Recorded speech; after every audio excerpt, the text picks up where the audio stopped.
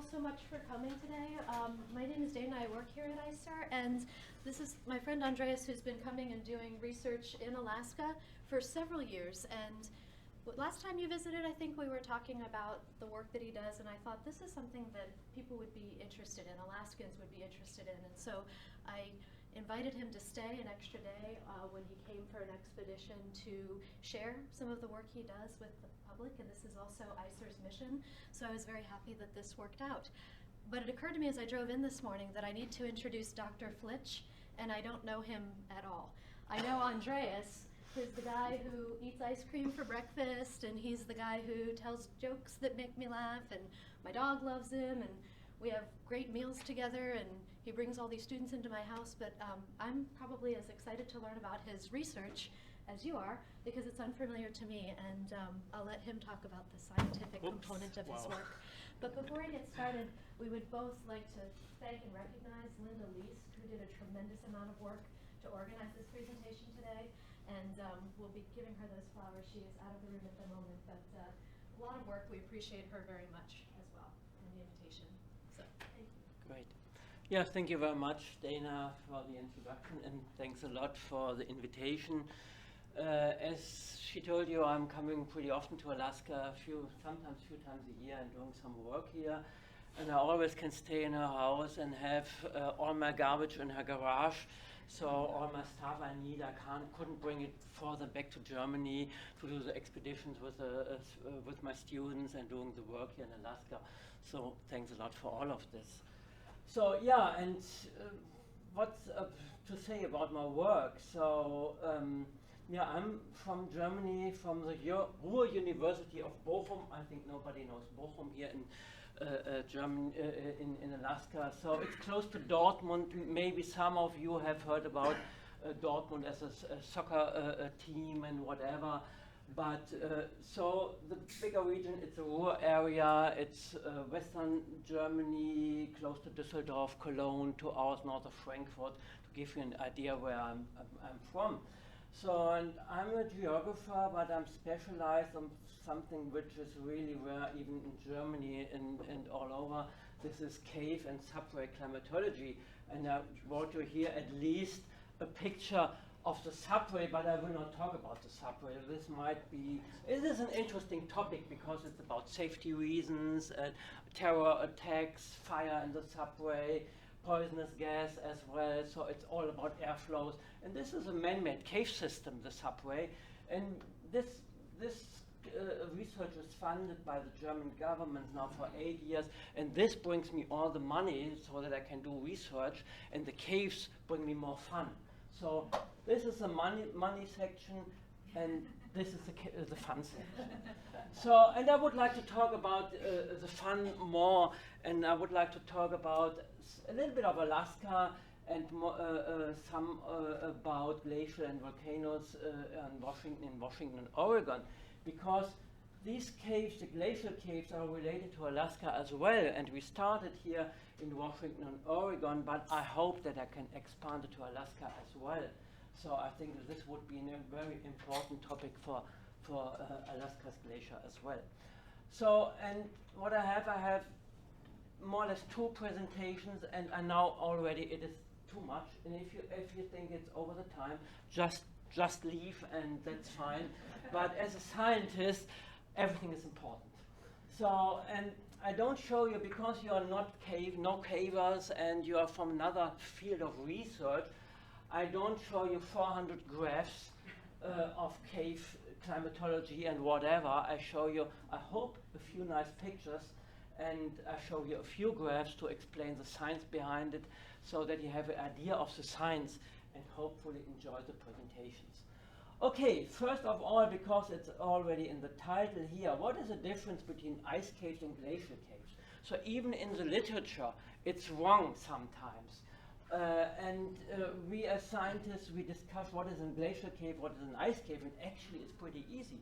So an ice cave is a rock cave. You see here's a rock all around in limestone or lava or whatever, and an ice cave has perennial ice inside. So it has smaller or bigger ice bodies, and some literature says it's just over a year half a year, whatever, but we think it should be all year. A glacier cave is a cave inside a glacier. So we have no rock walls. The surface can be rock, but it doesn't have to be. But it's a cave inside a glacier. So this is very important to know because I'm talking about both cave types.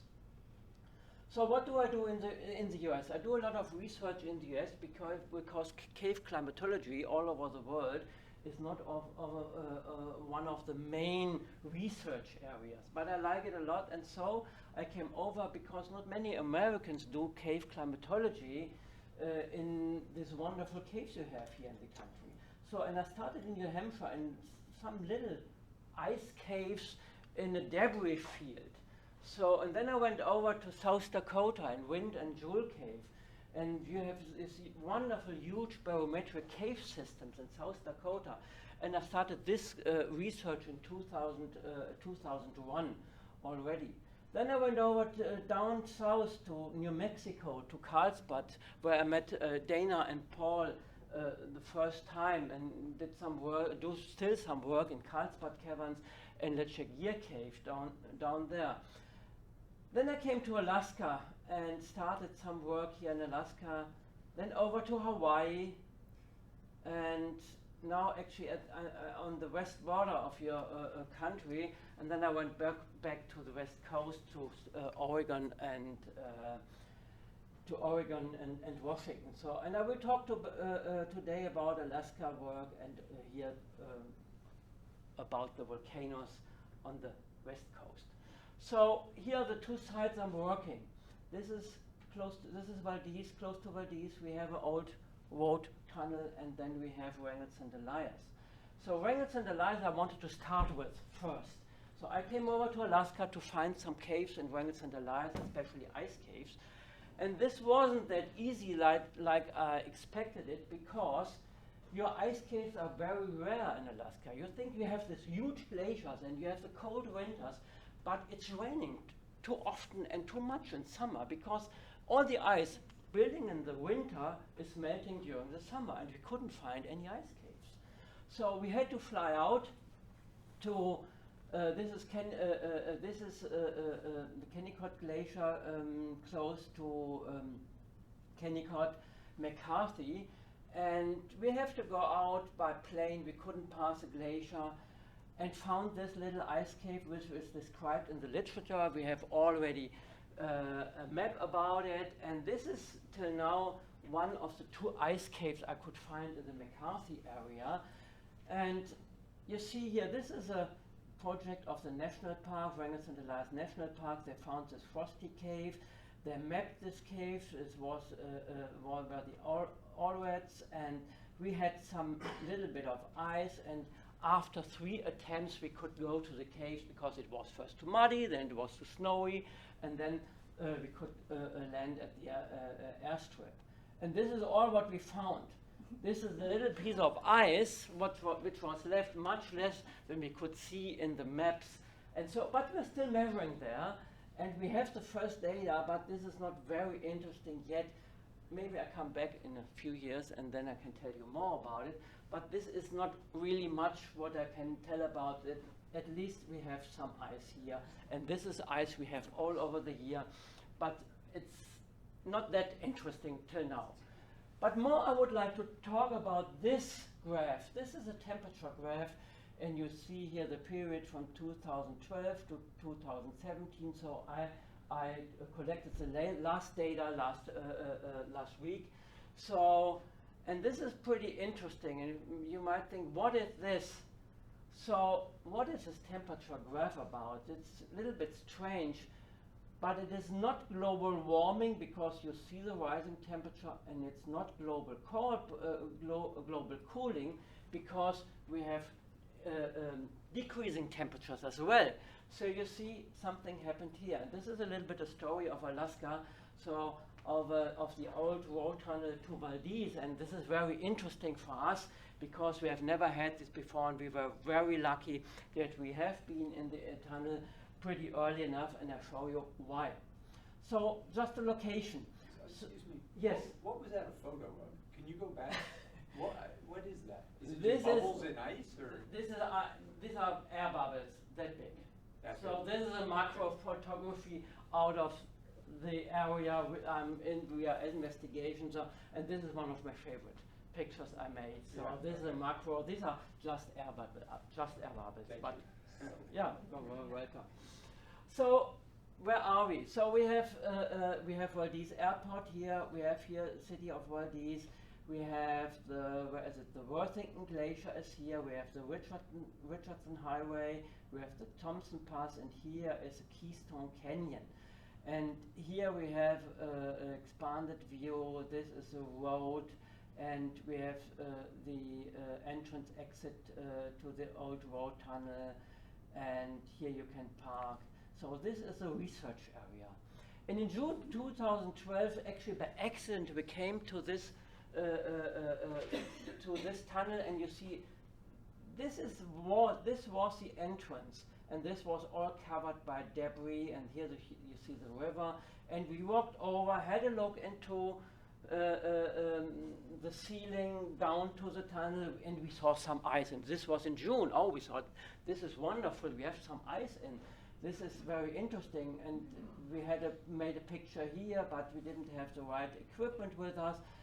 And I came back 2 days later and investigated the tunnel a little bit deeper. And then we had these pictures here inside the tunnel, and we could find some ice columns here. This is really nice, and you see this goes deeper into the tunnel. We have another ice column here. So we found at the other end of the tunnel we had a little bit of an opening. This was much smaller than at the entrance area. You couldn't go through this. And we found another ice column, and this was June, and wow, this could be an ice cave for us. This is wonderful. This is like a laboratory because it's man-made, and we have a certain diameter, whatever.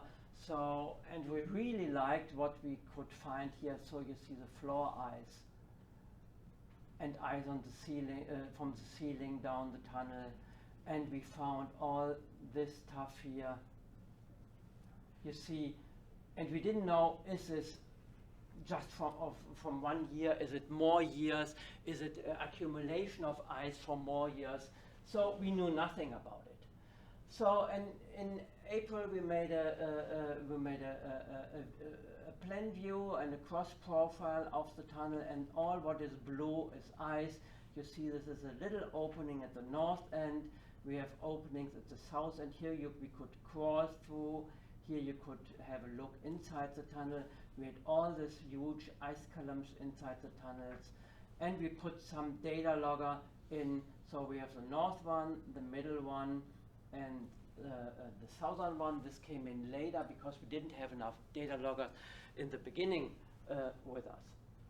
So we really thought this is perfect for us because this is not complicated like a cave. We have the dimensions, we can calculate things, we can investigate it. So, and these are the first measurements. So we have the temperature in degrees Celsius. I hope you're familiar with the degrees Celsius scale. And so we have the north entrance, the middle, and the south entrance. You see the south is coming in later. And we saw the north one was warmer in the summer, and the middle one was cool in the summer, and in the winter it changed to the north one where the cold air was moving in, was colder, and you see this cooled down really nicely, but this was pretty warm here, and this gave us a first hint, oh, we might not have the ice all over the here. And then we had the southern one, and we have the evidence that sun is shining into the tunnel. So we had the first information. So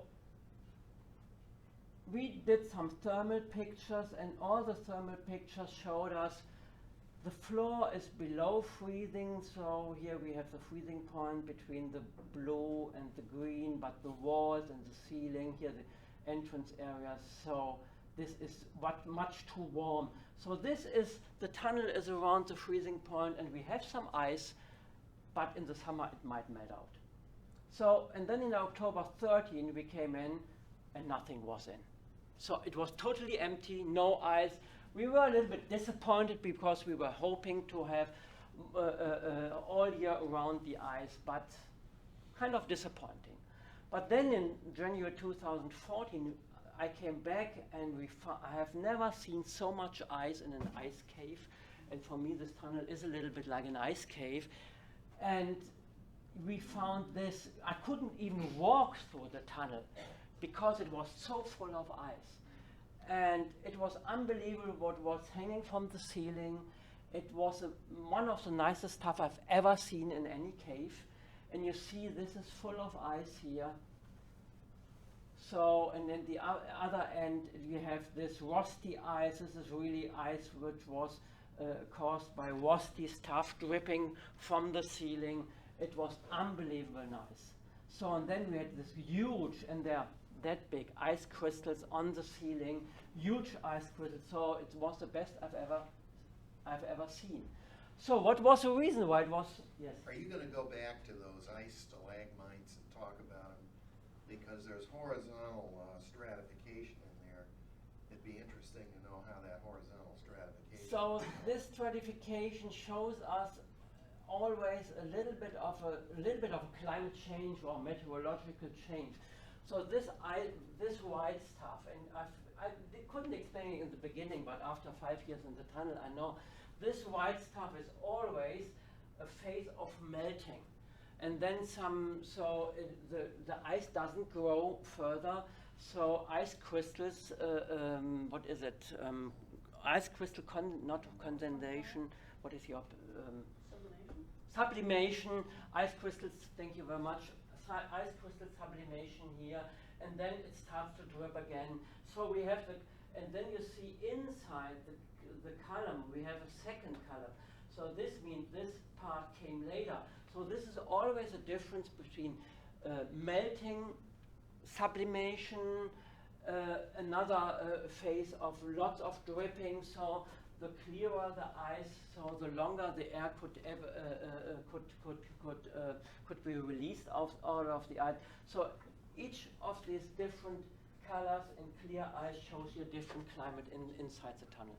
Well, if it was built up, you would expect that it would be rounded stratification instead of this horizontal. Is it horizontal because it's melting back probably many dozens of times? I don't want to get you off track. So I think, so the problem is, we just started to do a camera inside the tunnel to give us the idea of the growing ice. I'm never long enough in the tunnel, so I'm there just for 2 days. And now we have a little bit of a camera inside, and who might give us the answer, but actually I can't tell it to you. I have never been long enough in the ice, in the tunnel. So maybe I come back later at the end of the presentation and can tell a little bit more about it. Okay, so why do we have it like it is? And you see, this was a colder winter. And this winter was really warm, and especially this part, when I was in the tunnel, was pretty warm. And I show you the last days. Here, this time I was in the tunnel. You see, only one part of the tunnel was below the freezing point. This is already above the freezing point. We had all these ice storms because it was not too cold. When it is not too cold, when it's just around the freezing points, we have enough drip water on the ceiling and everything can grow. If it's too cold, nothing can grow because the ceiling is frozen and it cannot drip. I come back later to this as well. But this was a special situation, and this situation changed everything. This is really warm. And maybe you remember this winter. It was a real warm winter. Anchorage, January was plus 11.8 degrees Fahrenheit above normal. So it was a really warm winter. And 3 days after our visit, something happened. So here you see the exit of the tunnel, and here's the entrance. And this is a huge avalanche. The huge avalanche came down from the mountain and blocked the whole valley, and a huge lake of water was dammed. So, and this is the weather at this time, and you see it It was a warm period, really warm period. This were when the avalanche came down, and it rained a lot during this day. So everything was unstable. The avalanche came down and blocked the tunnel. And what happened then? The tunnel drained this huge ice lake. And Paul Berger sent me an email. Did you hear what happened in the tunnel? Your tunnel now is a drain. And I went to the internet. Oh, I thought everything is gone. All the instrumentation is gone, because the instrumentation, all our data loggers were in this level. So everything was affected by the water. And it drained the whole thing, and you see this is now an open entrance, which was a cave before, was back an auto tunnel. So a road tunnel, and this was open, not longer a perfect laboratory. We thought, oh, everything is destroyed, nothing. So this is the end of the measurements. So we went back in April. So it looked this way, nothing was blocked, everything was open. The other end was open as well, so we have some debris here. So, and this is April. You see still the avalanche, rest of the avalanche. So you see here part of the avalanche. This was the entrance, but still ice inside. So the ice came back. We have even our huge columns here. This is a small one, but still we have some. So this was a situation in April. And we mapped this again. So this was a situation in 2013, and this was April 2014. And you see, not much ice left, but we still have our ice. And the columns were bigger than before. But what we missed are all the small ice forms. But this is open, and this is open. So it's not an ice cave any longer. It's just a road tunnel, but still interesting. So what did we find in the temperature? And you see, we have still our readings. So the southern data logger and the northern data logger were still in place. So the northern one, the red one, was exactly where it was before, because it was frozen when the water came through. And the southern one, this one, moved 2 meters and was attached again to the wall. I don't know how could this happen with all this flooding, but I was so happy. I was the happiest man in the world, finding all this, the data logger and the data. Only this thing here, you see how stable this is. This was 200 meters down the river, but it was frozen to the river again. We never found it because it was frozen in April, and when we came back in fall, it was gone. But we put another data logger in. So, and what you see here, this was the incident itself, and then the tunnel was open, everything was drained, and the temperature dropped. So now we have an open tunnel, not longer a cave, but very interesting still. So, and here, this was a part when the avalanche came down, and this was a part when the tunnel was drained. So, very interesting. So, who has the luck to investigate something like this? So, I go over this. Okay, and this is what happened the last year. So we had the rest of the year, we have all this cold temperatures of the winter, really cooling down. This tunnel never cooled down that much before because it was blocked before. And here you will see the spring warming inside the water of the data logger, which was in the water. And here again, the avalanche. So what happened then? June 2014, still we have the eyes of the avalanche close to the tunnel. So still the eyes of the avalanche, and here you could see the opening. We found even in June some ice, but everything was gone later the year. So, and now I come back to the graph I showed you before. So this is the avalanche, and you see these are the winters before and the summers before. Now with the open tunnel, we have warm summers because the warm air is blowing through the canyon and through the tunnel, and now the cold winter air is going through. And what is special this year, you see this winter was again a cold winter, at least for Valdez. I think even here it was colder than the last few last 2 winters here. And this was very interesting for us because when I was in the tunnel, I found huge ice columns. I have never seen the ice columns so big. But what I missed was I couldn't find the small ice forms. So, and when you see the temperatures, maybe you remember the first thermal picture I showed you before. It was around the freezing point and the upper temperatures were above up to 5 degrees Celsius. And now we have -3, the warmest, and -12 degrees Celsius, the coldest. And you see how cold the tunnel is. Only here at the huge columns, these 2 huge columns, they have warmer temperatures because they have enough warm water that they can even form the ice columns during the winter when it's really cold. All this tiny stuff dried out because it froze on the ceiling already.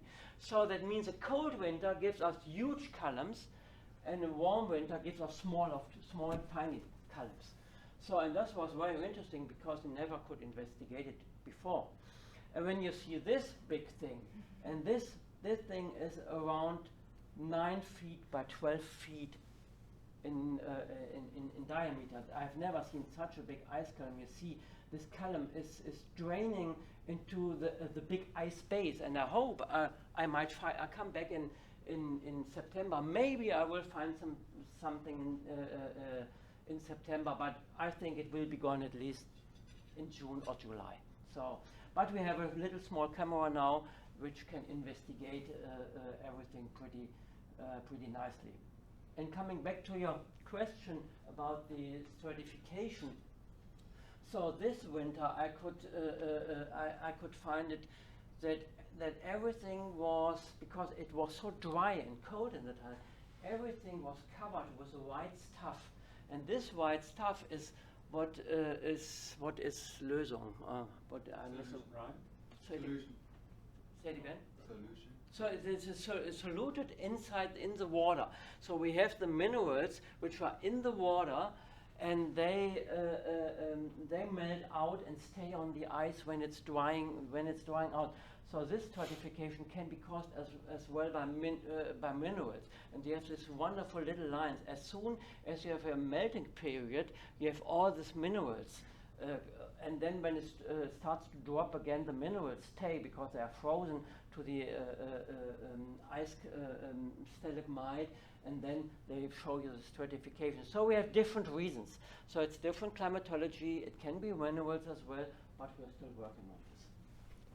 So this winter was very special, and yeah, I'm waiting now for the cameras to show us a growing or melting of the ice. So we installed right now, and yeah, it's an ongoing project, even when it's not what we expected in the beginning. So it's still a very nice laboratory for us to investigate the ice, because it's so easy to go to, and you just park and go a minute in the tunnel, and it's easy access, and it's really interesting, much easier than all the other caves I'm doing my work in. So, and what is the conclusion right now? So actually there is no real conclusion because it's ongoing, but we still have a nice laboratory, and we can do nice pictures inside the tunnel. And so we will see what brings us the next years. I hope that we have another avalanche at the other, no, at the other side that blocks the tunnel at the south end, and that we are back again to a cave. That would be perfect to investigate the changes of the morphology of the tunnel. But Why don't you dump a bunch of rocks? if you help me, we can try it. If you have a few weeks, we do it. It needs a little bit more than a few rocks, but everything is moving down there, so everything is in progress. Okay, this was an example of Alaska, and now, talking about how easy it is to go to this tunnel, we go to the more difficult caves, which are not that easy to access. So let's go to the Pacific. This one.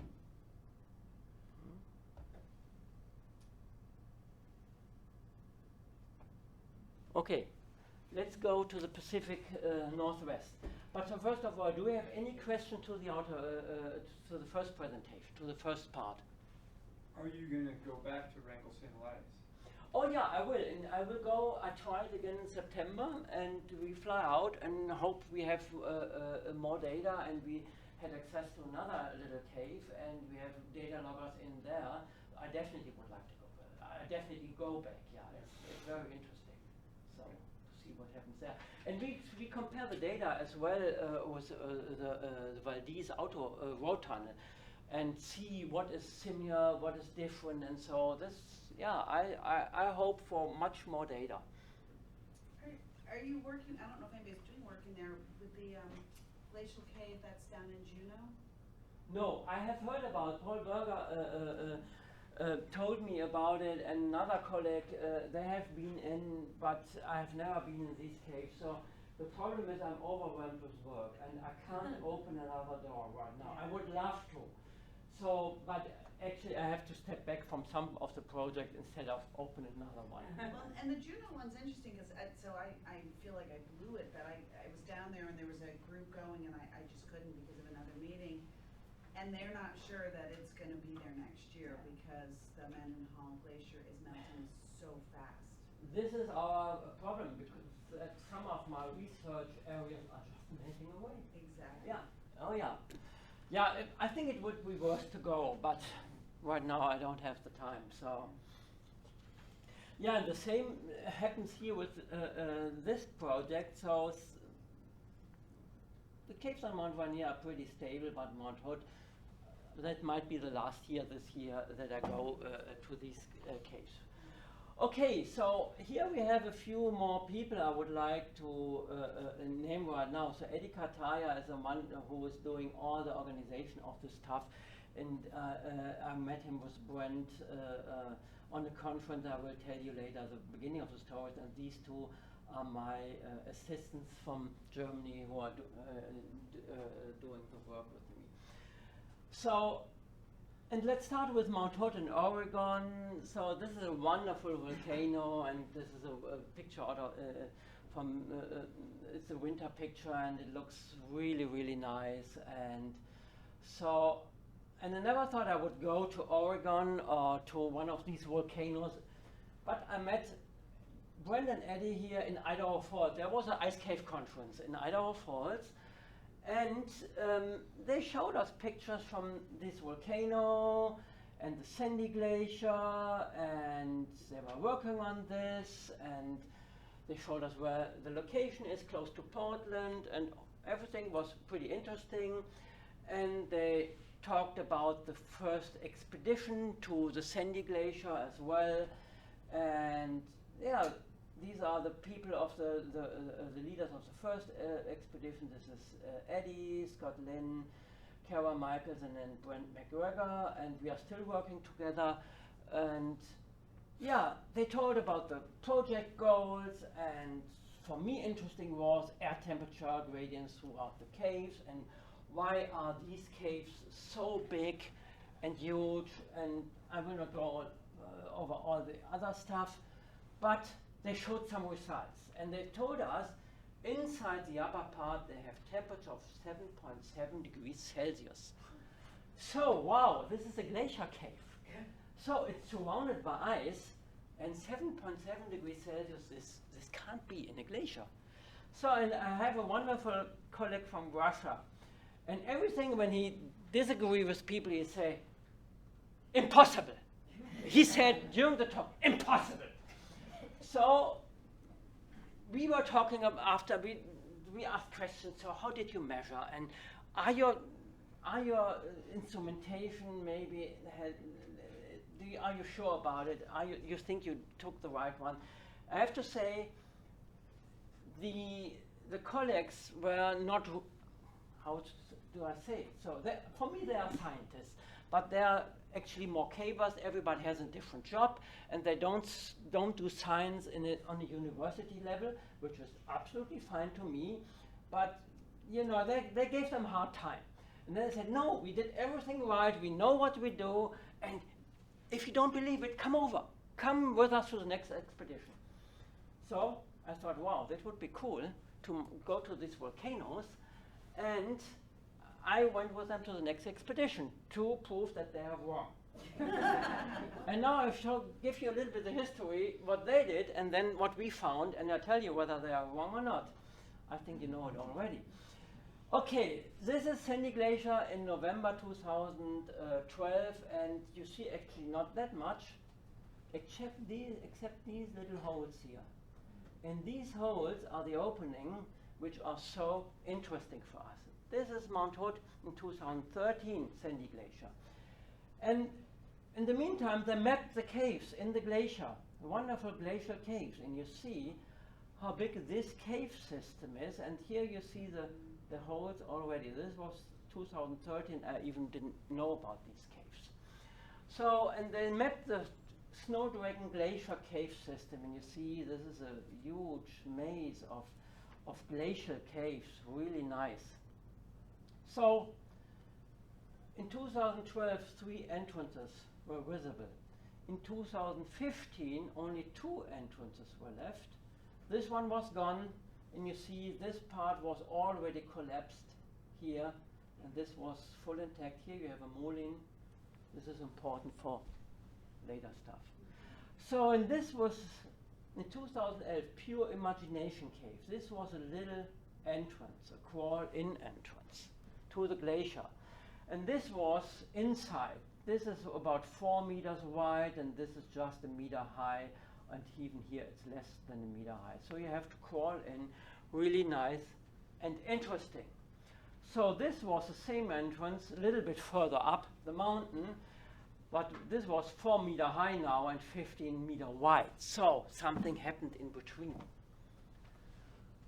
So, and this was the entrance in June 2015, and you see here this waterfall. You could watch this waterfall from the entrance, and this was June 2015, and this is a waterfall, and this was October 2015. Just a little amount of time, and you see, this is June, and this is October. And this, yeah, I have to say, unfortunately, this is part of the cave. We started our investigation in 2015. And what was a little bit dangerous is rocks are falling. So everybody who is interested to go in glacier caves, only do it in the winter when they are frozen. So I have been in the Washington Glacier Cave. It was just a little thing. Everything is frozen in the winter, and it's more or less safe. The glacier is never really safe, but don't do it in the summer. So 1 week after this visit, tourists died in Washington because a glacier cave collapsed, and we have to go each year earlier and earlier because it's getting more, it's warmer, it's warming up earlier, and it's dangerous. And so this year we go another week earlier, and last year we went in 3 weeks earlier than the year before. So rocks are melting out, ceilings collapse. So I think this is a real good thing for science, but it's not a tourist thing. You shouldn't do. So then we have this wonderful mullein here. I showed it before. So this mullein is growing more and more. What is this? Okay, and you see here, this was a mullein in 2012 and this in 2013. 7.6 meters across, 18.9 meters across. So, and over 400% increase in passage volume, just the mullein by itself. So this glacier is strongly melting. And so the question is, so why is it melting so strongly? And till now, everybody is doing remote sensing, measuring the glacier, measuring the melting rates and whatever, but nobody has done climatology inside the glacier. So we looked to the literature, and we couldn't find any research about climatology work inside the glacier, like airflow, temperature measuring, and as well. So the problem is, it is not easy to do because the glacier is moving. It's changing all the time. Where do you mount your instrumentation? For a long time. You can go for 5 days like we did, but you know, you can't do just a thermometer or airflow measurement device because it will be gone. Even the ice cores inside the glacier here, the collects put in, were gone after a year. They couldn't find it. So it is difficult to do climatology inside a glacier, but we tried it as well because you see the rapid melting. So this is from 2011, the modeling from inside to 2015. So, and we have to do the work now because what you mentioned as well, so everything is melting and you don't know how long you can do the work. So, can you go back to that picture? sure. Is in that upper left photo the tunnel that's visible down by the person? The person is Yeah, is that running downhill there? It looks like that's going uphill. So this is going uphill. This is It going. is. This So is, that's a tunnel that's coming from further up. yeah, this is coming from further. This is a modeling. We are going downhill here. I show it on the map later on as well, and to Okay. explain it to you. So here's a modeling. We were facing. It was. We were looking up here and facing up this way, and the other part is going down this way. So the colleagues did for me, I sent them a few data loggers after the conference. They put data loggers in here at the entrance, lower entrance area at this time, then close to the moraine and down the moraine, and at the highest entry they could find. We put data loggers in to see whether their readings were good or not good. They showed on the conference. And then in 2015, we had a five-day expedition with the first climate measurements inside the cave. So, and in 2015, finally, we could find our data loggers. So, this one, no, wait, the lower entrance one, this one here, was covered by snow and ice. We couldn't find it again, but we could download the data. We could download the data via remote, because we have the remote control of the data. This was the moraine, this was still here, and the upper part, the center was as well here, because we put them on rocks, and nothing moved. And you see, this was a sensor, the colleagues showed us the readings, and we disagreed with them because the readings were too high. And this is a period from October 2014 to June 2015. You see the whole winter period above freezing. We couldn't find the 7.7, but we could find at least 3 degrees inside the glacier surrounded by ice in the winter period. We had this warm temperatures. Other part of the glacier here showed us much deeper temperatures. This was covered by snow, so this is about the 0 degrees Celsius, and this was going up and down, caused by airflow inside the through the moraine, and we have warmer periods here and colder winter periods here, and then it might have been covered by snow as well. But this data logger proved already the colleagues were right. We have above freezing temperatures inside the glacier cave. Nobody could tell me why. Was that laying on top of a rock? Everything was laying on top of, this one was laying on top of a rock, not on the ice. Yes. So, it Why has. no fluctuations? Why no spikes up and down? So if I have time at the end, I will tell you about this. This is a whole different story. I will tell you why this happened. I have to go a little bit further, but these are all little catastrophic events inside the cave. I come back later to this. We have all the spikes, and we couldn't explain the spikes in the first year. We didn't know how can this happen. So What is it? Wouldn't flowing water be right at 3 degrees? Give me a little bit of time. I answer this later in the presentation. So what happens? Okay, so because of the warm temperature in the upper part, we changed the name to have a better to know to divide the cave in 2 parts. We call this part hot imagination cave, so that we know about. So we have pure imagination and we have hot imagination, because this was a warm part of the cave. And here you see this is hot imagination with this warm data logger, and these are the other 2 data loggers. And to show you what happened to the cave from 2012 here, how the entrances moved. This is 2012. This is June 2015, and this is October 2015. You see, this was out of the cave pretty soon. So, and then what we did airflow measurements, because airflow is very important for these caves. And so we did airflow measurements during the first expedition at these 2 places, down of the mountain and up of the mountain in the warm high end, and this is in the lower end. And we brought all the stuff up by people who helped us a lot. This is 4 meters high. This is 4 meters high. This is facing downwards. This is facing upslope here, and you see this wonderful glacier walls. So this is the other location. This is facing downslope, another 4 meter high one, and this ground one, and this is facing upslope into the cave, and you see again this wonderful ceilings. It's really nice to work there, really nice scenery there. So we wanted to know about the airflow, and here you have a little bit closer. This is water running down, and this is very close to the ceiling. So what did we find? So we have here first the direction and the velocity of the airflow. And what you have to know, we measured the x component of the airflow, which gives us better information than just the north and south. It doesn't make sense in a cave. And this means here we have the downslope. This is downslope direction, and this is upslope direction.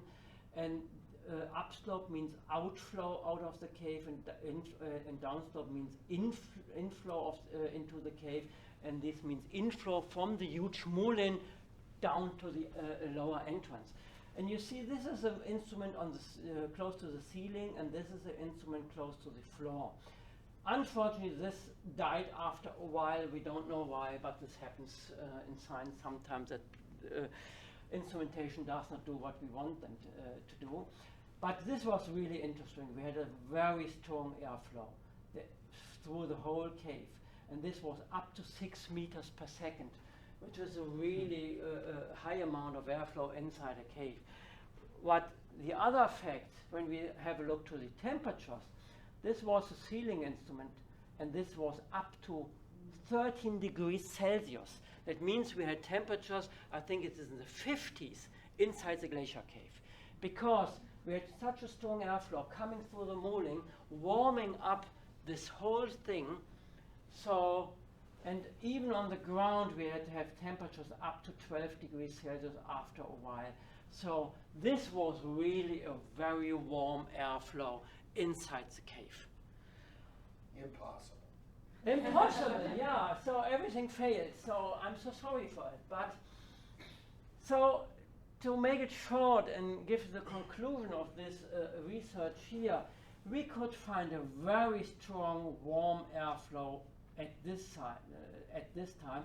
And I have to tell you, it was June, and it was a very warm June in Oregon. On the glacier, it was around 20 degrees Celsius. So it was really warm. So we had this warm air moving into the cave by the chimney effect, which is normal. So we had up to 6 meters per second airflow, up to 13 degrees Celsius. And in the upper end, we had a little bit of cooler downflow on the ground, but everything was moving from the upper part to the lower entrance. In the upper part, we found a little bit less temperature, but even still here, 6 degrees Celsius, 1.2 meters per second airflow. This had a dead end, so the air couldn't go through, but still we had some airflow, and still it was warm. When you say dead end, is that for a caver, or like there's The- not no, room no, for air to go through? it is stopped. This cave stopped there. So we have ice No and air, rocks. no water, no tunnel. No tunnel, not more tunnel. So we didn't have any dead cave spot there. So no, it was a dead end for us. So no more tunnel. So, but we still couldn't explain why are the caves are so big and why is the upper end so warm.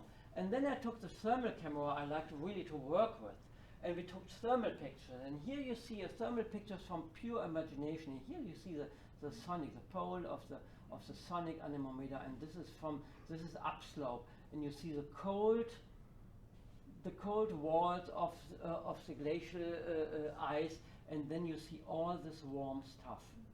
This is ice as well, but this was the river flowing, the glacial river flowing through the cave, and you see this is 35.5 degrees Fahrenheit.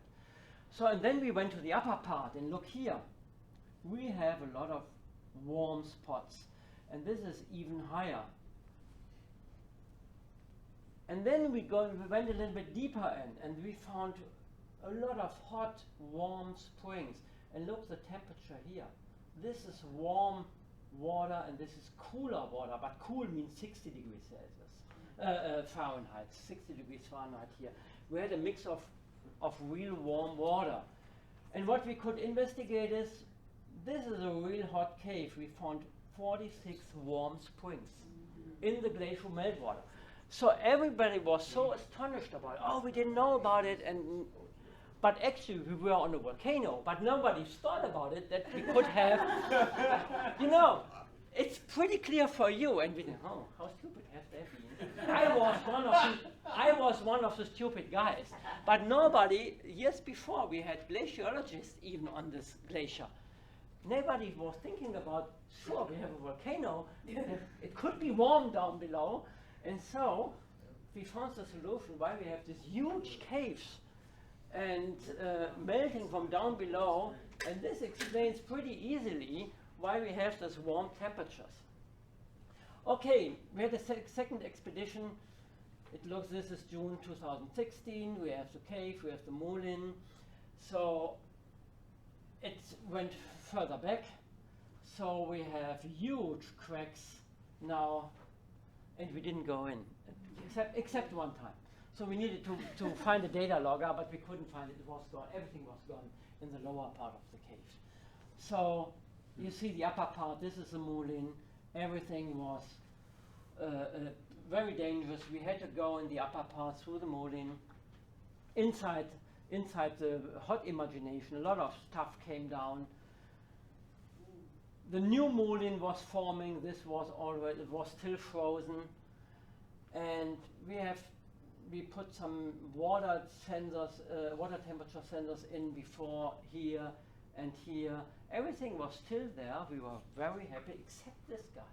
This one was gone. I couldn't find it, but I could find the signal. I never found the data logger, but the signal was down here. So this moved from here to here. I could download the data at least. So, and what does did the data logger show us? So the warm water out of the springs is very stable, to show you just one of the results. But down in the meltwater, it's going up and down, up and down. You see the daily cycle of melting, high water level, and then freezing during the night, low level, water level in the morning. This means warm in the morning, cold in the afternoon. So a lot of meltwater, less meltwater here. That was what we expected, but that the warm springs are so stable we didn't expect. So what happened? This whole area collapsed in August 2016. So it was too much warm from down below and from the upper part. And wait, there should be actually. So, and now we wait for the next expedition in June 2017, and we hope that we still will find some cave. So, but we don't know about it, and so we know that a new cave is forming already. We found a new tunnel already. There might be another cave, we don't know about it. Okay, I mixed the two pictures up. I was waiting for this picture. So here you see the whole collapsed thing. You see the moulin here. This is pure imagination. This all collapsed. This collapsed, and now we are investigating this part, and we know that here is more cave inside. Okay, this is a part which is left of the whole system. This is the only one.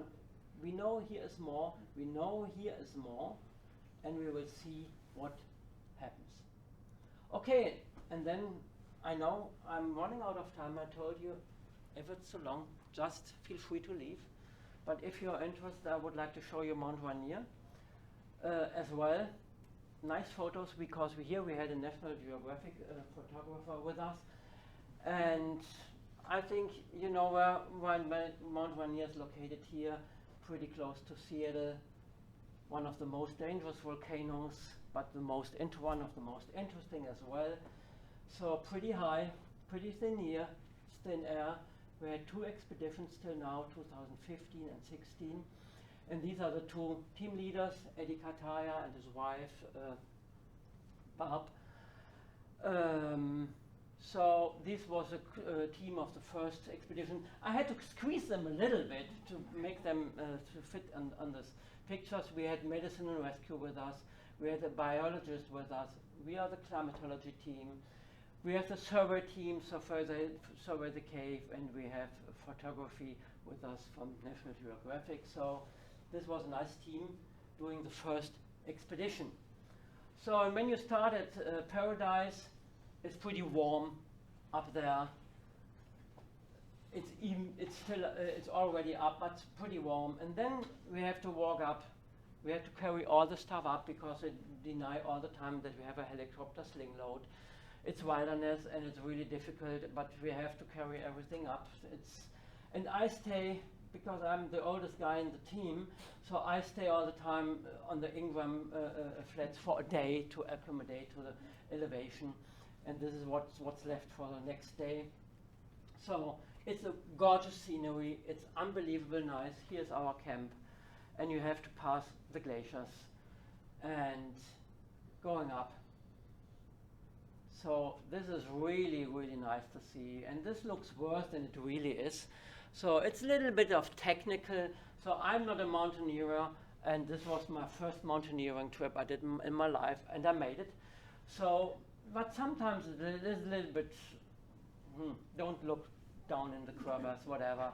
Just go and look about what you have on the top of the mountain. But we have a great team. I have great people who helped me to go up. And this is the East Crater and the summit. The summit is somewhere here. And so this is just a big ice chunk in the crater.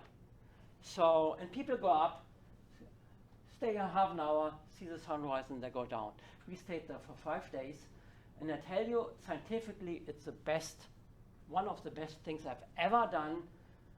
But body life, I hate it.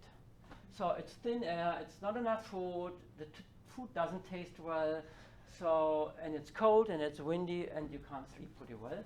So it's not a nice vacation thing, but scientifically it's really great to do this work. So, and I'm very happy I can do it. So this is our little camp here in the crater, and a little bit closer. Here's our work entrance, the Yeti entrance we go through. And this is located here in the East Crater. So, really nice environment. So this is a cave which is mapped till today. This is all in the crater and the ice plug. This is a lot of cave. And this is a vertical view. You see the different levels here. And you see this is actually the crater base, the base of the crater. And here's the entrance. You look in, and we have some data loggers here on the rocks. We have inside the cave, we have some data logger like here. We have the fumaroles, we have some data loggers in. And pretty often it's really misty inside the cave because of all the water vapor from the fumaroles. And when you go a little bit more, go outside, you see this is really nice ice. And the surveyor have to go through the cave to survey everything. Some have to go up the cave to put ice screws in to see how much is the glacier moving. And we put an ice screw in here, and the next year it was down here. And the glacier melted in for 8 meters in a year. So we were discussing it. Is it really a glacier or is it just an ice plug? Because a glacier has to move and it can't move out of the volcano itself, but it moves down. It melts down and there's enough snow that we have an equilibrium. This is a bad word for me. Equilibrium, whatever. You mean? I think you know what I mean. That is on the same level since 1880. So the surface is more or less the same, but it's moving down, it's melting down. So you have these huge tunnels again. And we think, and I think we still can prove it, that this is caused by the hot fumaroles, bringing all the steam, the warm and hot steam, inside the tunnel. We have a little melting lake. We measured here the vertical temperature profile, but the water is cold all the way down. So this is really just meltwater here from the ceiling and the walls. It's not warm water from down below. So in comparison to Mount Hood, we have fumaroles, just exhalation of warm water vapor instead of warm springs. So, and still I use a thermal camera here, and this is an area which is not affected by any fumarole. You see that everything is below the freezing point here. This is the ground, and these are the ice walls. This is affected by a few fumaroles. Warm water is moving a little bit down. Here we have the hot air coming out, and this is not really that warm. This is an area which has a little bit more, and here you have much more. So we counted all the different fumarole fields, which is very difficult. So on Mount Hood we had the warm springs. Water was coming out, really easy to identify. Here we have just debris on the ground, and this is not easy to count. So we just counted 10 fumarole fields, and we don't know how many fumaroles are really down below. So the next expedition we bought, I forgot to say, we bought 10 data loggers out with temperature and humidity sensors, and the next expedition, 2016, just this little thing with 2 little tents and just 5 people. We just downloaded our data, and now we had the first results. And these showed us the fumarole temperatures out of 1, 2, 3, 4 fumaroles, and you see we are mostly above 50 degrees Celsius up to 60 degrees Celsius, and they are not that stable like the warm springs at Mount Hood. We have really some changes, and you see it here and here and here. It looks like they die. They die for a really short period, and then they start again. And we have this is really stable. This is suddenly cooling down. This is cooling down. This is cooling down here, and has some variation. And we did some statistical analyzing of the data, and nothing matches together. So we have no good correlations, and some correlate a little bit at least, but they are going down, this is going higher, this is very different. The only thing we could find out that these are getting warmer during the winter.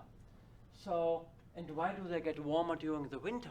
So we have no explanation yet, because these were the first data. We bought more data loggers out during this expedition, and we hope for more information. We choose other fumaroles as well. Would the entrances be covered in snow? Yeah, this is exactly the thing. In the wind, we thought the entrances are covered in snow during the winter, and this is changing the whole climatology inside the cave. I will show it for you. I will show it for the air temperature as well. So we think this has to do with the covered entrances, and when you have a look to the air temperature. So we have here 4 different data loggers just for air temperature. Unfortunately, this one died because of some rock movement. This was the coolest one. So we have the red one is the main passage, the yellow one is the main passage, and as well we have some changes. But here the main passage is cooling down, but the entrances, you don't see it that well. The entrances are sometimes warming up. So here you see this is the main passage, and this is really cooling down during the winter period. And then we have some real cold temperatures. We can't explain everything, but here the subway entrance, and this is the only entrance which was left, was really warm in the winter, like we had the fumaroles were warm in the winter. And actually this is a connection to the outside air. And this was really cold in fall, this is really cold in spring. And we think here the entrance opened again, and here the entrance was open. and this was warming up between, everything was covered with snow, and so the warm air from down below was collected under the ceiling of the entrances, and this expects the warm air. And why we have the warm fumaroles, we think maybe because the melting process from the outside and inside was less in the winter, had less steam, but warmer steam. But this is just the first idea. We don't know about it. So these are some explanations, but this was really interesting to see, because we didn't expect this stuff, and frankly, I can't tell you why we have the results how they are, but this is the really first explanation we have. So, and I would like to show you this wonderful view. Well, this is the best view on the mountain. In the evening you see the shadow of the mountain, and this is the view you have when you go to the toilet. So this is our toilet place. It's the least windiest place with the best view and the least coldest place. But we don't have this mountain full of shit. So trust me, we have to use the blue bags. We bring everything down what we have brought up. So, and we would like to have the tours the same way. So we find a lot of stuff unfortunately in the caves as well. So, and even here we don't have a conclusion yet. So we have the next expedition in August 2017, and coming to the end, show you this nice picture here. So only the photographer sees that nice. It is really nice, but this is what photography can do. And just show you a little bit of future work. So this is Mount St. Helens, and this was 1980, and inside now the volcano we have new glaciers, and this is how Mount St. Helens looks today. And there was a first trip in 2014, first a scout trip, then an expedition. And what we do an expedition in May 2017, and we will do the first climatology in Mount St. Helens glaciers as well. So I have never been there. I'm really, really excited to go to Mount St. Helens. For me, in Germany, this is the most famous volcano in the US. Because I can remember, my students don't remember anything, but I can remember this. I know exactly the place where I was when I heard it in the radio that this volcano had the explosion. So that is why I'm really excited to go to these caves as well. So, and I know I'm over the time, and I could show you a little bit more, but I think I will stop here. You have seen the most important stuff. I hope you enjoyed a little bit the pictures, and you have the idea of the work I'm doing in Alaska as well, like on the Pacific Northwest on the volcanoes. And yeah, thank you very much for your attention. Thank you for coming. And if you have any questions, feel free to ask.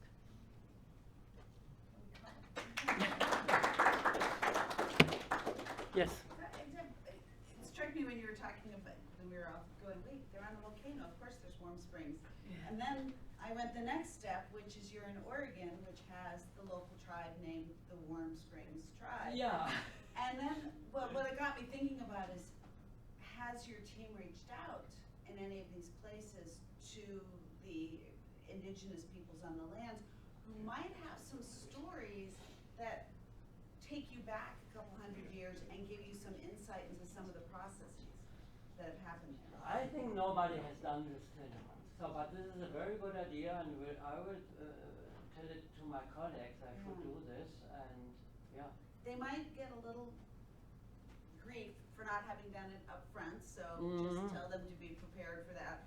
Certainly Park Service people are going to be used to having those conversations, but and also if people have been on lands where somebody said, well, actually, because you know there's a lot of places that are considered sacred to indigenous peoples that scientists may or may not know that. But that said, going and you know, you're not from the U.S., so you get a break on that.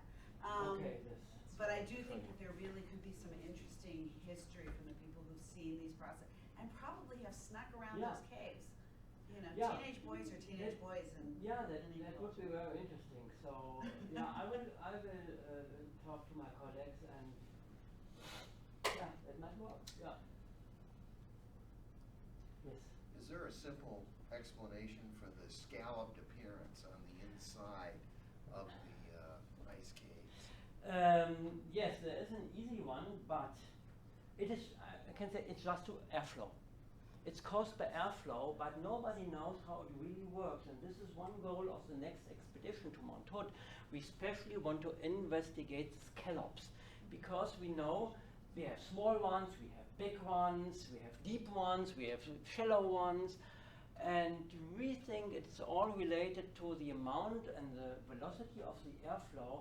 And this I especially will investigate on Mount Hood the next time because we know this from even from water flowing through glaciers. The water has the same effect, and we know it even from rocks. They have the scallops, and this is with rocks it's just flowing water, but in the caves it's airflow as well. And this is very interesting for me because knowing about how a scallop forms might give us some information about the airflow, how strong it is, and then we just map the cave and the scallops or do a photo documentation, and we know how the airflow works in the cave. This is a very interesting thing, especially for me, and this is on my schedule for the next time. Well, I think your answer here implies that it's really related to boundary eddy currents, cells Yes. that you see in any kind of medium Yeah. where you've got Yeah. fluid That's impacting right. a solid Yeah. surface. Yeah. That's right. Eddy, Exactly. eddy. Yeah. And it's very difficult to find something about it in the literature. Maybe I didn't see the wrong one because the right one because I'm always looking for cave literature and ice literature. They explain that they are there, and there are explanations for the water ones, but not for the airflow ones. So, and this is a nice thing. But you are right, the small eddies inside, and we try to find out a little bit more. And even in Mount Hood, we saw when you have this wonderful glacier walls, and we observed that on the ceiling, the air is moving upslope, and on the ground, it's moving downslope. That's what we expect. But on the walls, we have even this. So we have a spiral, or how you call it. So it's not that easy just going up and down. It's much more complex. But it's all a question of instrumentation and carrying it up, and so we need really people to help us, and we have some, but never enough. So, yes? I'm curious, when you were at Idaho Falls, did you go visit the Shoshone Ice Cave? You know, familiar with that? It's a lava cave. I have been in a few ice caves in Idaho. Yeah, that's yes. I mean, it's a lava Yeah. cave, so it's Yes. way above freezing, but the airflow there goes through the lava tunnel and cools it, creates an ice cave. So I was wondering how that contrasts with. So there you start with everything around it is above freezing, but the airflow keeps cooling, and by the time it gets to the entrance to the cave, it's like -2. Yeah. So Yeah, Idaho is really interesting. You are in this high desert, and then you have just 2 meters of ceiling in between, and outside it's 30 degrees Celsius, and you go in, and you have this big ice blocks. I have been in a few caves, and I know the name, but I don't know whether I really was specific in this one. I was in this crystal falls cave, whatever, but I definitely know the name. I think that makes enough. So, yeah. So what is the phenomenon that causes those caves? So what you have this hot summers in Idaho, and but you have really cold winters. You have ice cold winters, and all the cold air is dense and travels or flows into the cave. So and then you have this wonderful lava surface, and lava is a really porous material, and has a lot of air bubbles in between. So it's a really good insulator. So it insulates the caves to the outside. So the cold air moves in, but the warm air can't move in because it's less dense and stays on the ground. So, and even just when you have airflow, warm air can move in, and then you have this very low warming during the summer.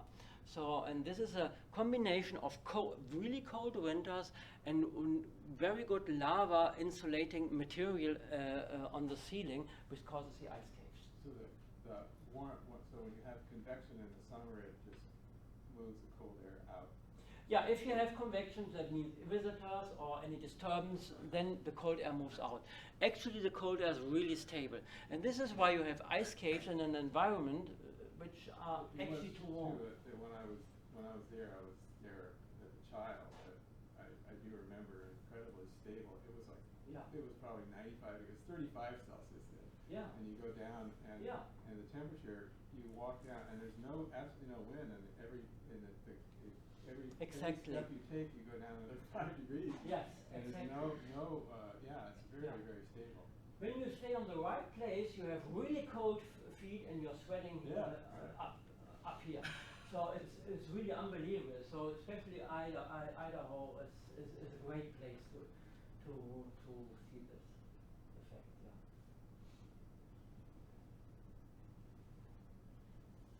Well, I'm taking Andreas to lunch at the bistro, so anybody who wants to join is welcome to come with us if you want to keep the conversation going. Just down the street. Okay, thank you. Thank you again.